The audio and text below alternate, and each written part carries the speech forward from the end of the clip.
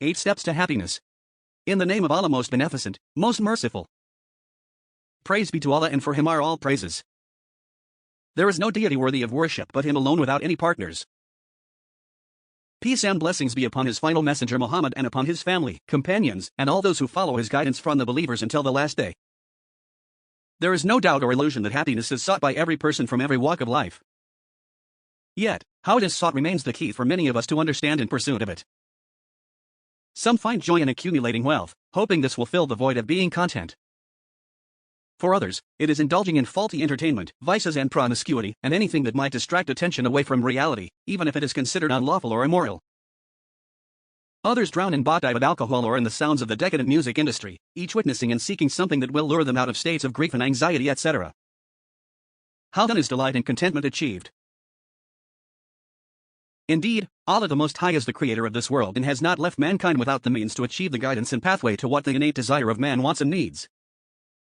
For example, Allah, the Most High, said of the Quran. This, Quran, is a clear statement to all the people and a guidance and instruction for those conscious of Allah. Al-Imran, 3:138. To proceed, states of contentment, tranquility, and having a peace of mind and happiness, and doing away with anxiety and depression, are goals we actively seek. Attaining them will translate to our happiness and lead to a goodly life. Reaching them, however, is contingent on 3 main causes. Namely, religious, natural, and practical, none of which are possible to secure except by one who has believed and submitted themselves to will of the Creator. Aside from believers, others may assume reasons in attaining the causes of happiness from one aspect, yet another cause will escape them from the other side that is stronger, more qualified and useful. I will mention in this treatise of mine the ways and means to achieve this lofty goal that is universally quested. Among the causes for happiness are those that have been weighed wisely and well trodden. Among the causes for misery are those that have also been notable and recognized. And then there are those practices mixed with both causes of happiness and misery as per whatever Allah has accorded. And indeed, Allah is the one who grants opportunities and means, assists with goodness and prevents from evil. Step 1.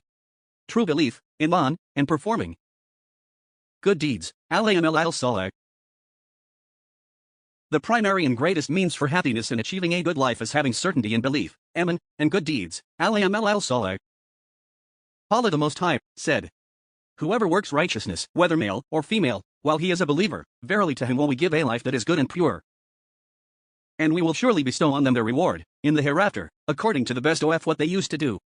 Al-Mal, 1697. Allah, the Most High, informs and promises a good life al-tayyiba, in this world and a good return in the hereafter for whoever joins Jam, true belief with good and righteous deeds. The reason is very clear, for whoever believes in Allah sincerely, such true belief, iman al-sahih, will lead to righteous deeds. And such belief will mend the heart's musli lil qalb, and corrects one's behaviors, akhlaq, and makes good both this world and the hereafter. Such a people have the basic elements, asas, that guide them in dealing with situations of happiness and joy, and situations of anxiety, kalak, sorrow, ham, and grief huzn. They begin to perceive bliss and joy, coupled with contentment, rida, and thankfulness, shakar, utilizing it towards things positive. Reacting in this way brings about delight, recognition of blessings and hope of reward rajat thawab. This simultaneously increases their accumulation of greater goodness and blessings beyond what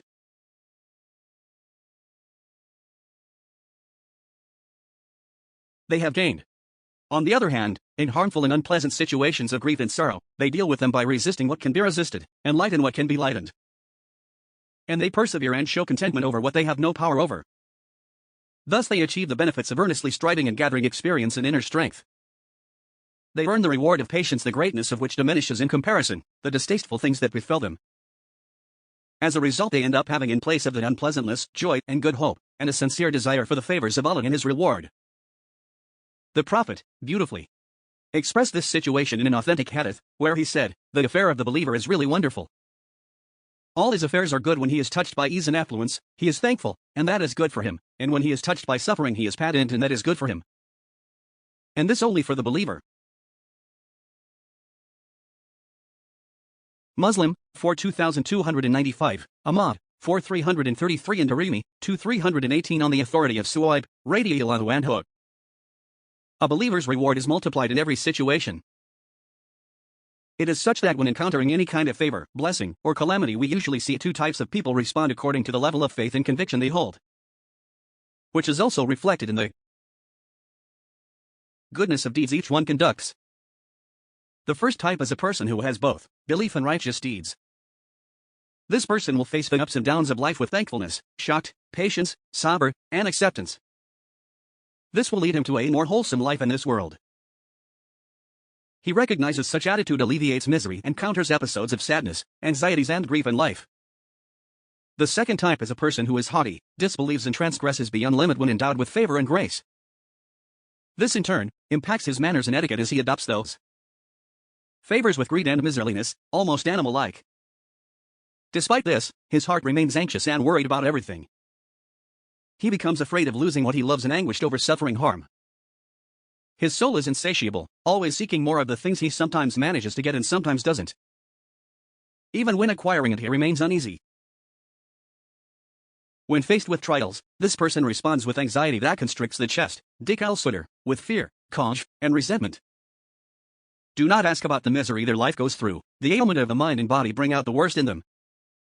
This whole outlook is a result of a deep void and emptiness because such people do not expect to be rewarded by their Creator, and do not have reasons to assume patience that would lighten their burden.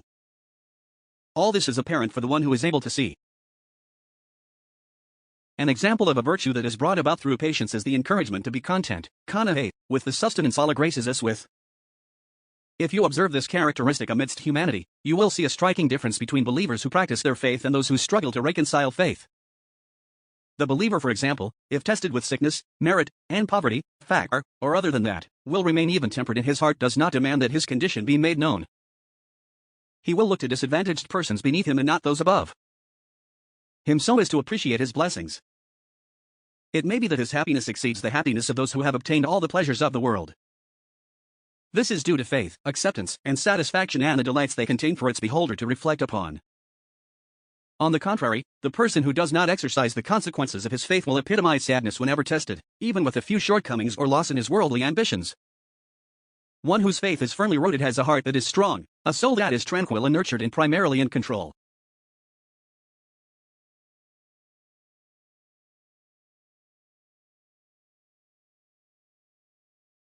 His mindset, words, and deeds are attuned to face life's ups and downs. These are the things that calm a person.